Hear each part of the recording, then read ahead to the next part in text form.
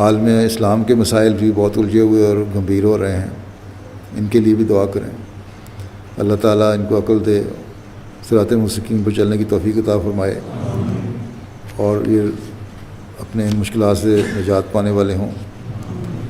دکھوں سے چور انسانیت کے لیے جو کسی رنگ میں بھی کسی قسم کی تکلیف میں مبتلا ہے، ان کے لیے دعا کریں۔ جماعت کے ابتلا کے دور کو ختم ہونے کے لیے عمومی دعا کریں۔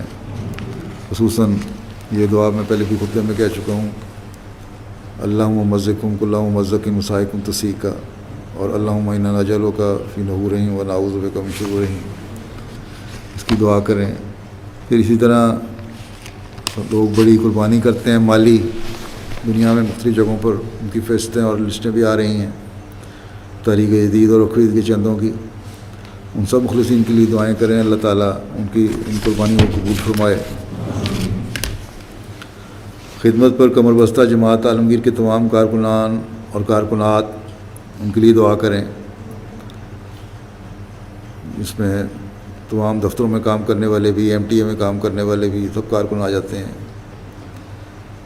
مختلف لوگ جتنے بھی مختلف مسائل میں گرفتار ہیں، جغرافیائی مسائل ہیں ان کے، جنگ و جدل کے مسائل ہیں، عراق میں، شام میں، لیبیا میں، نائجیریا میں اور کئی ملکوں میں اس قسم کے مسائل میں گرفتار ہیں لوگ، فلسطین میں، اللہ تعالیٰ ان سب کو مشکلات سے نکالے اور آسانیاں پیدا فرمائے۔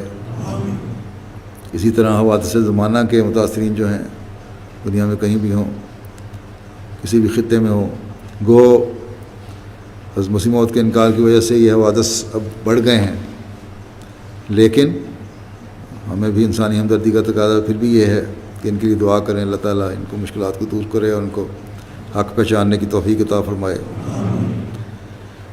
اللہم صلی علی محمد وعلی آل محمد کما صلیت علی ابراہیم وعلی آل ابراہیم انک حمید مجید۔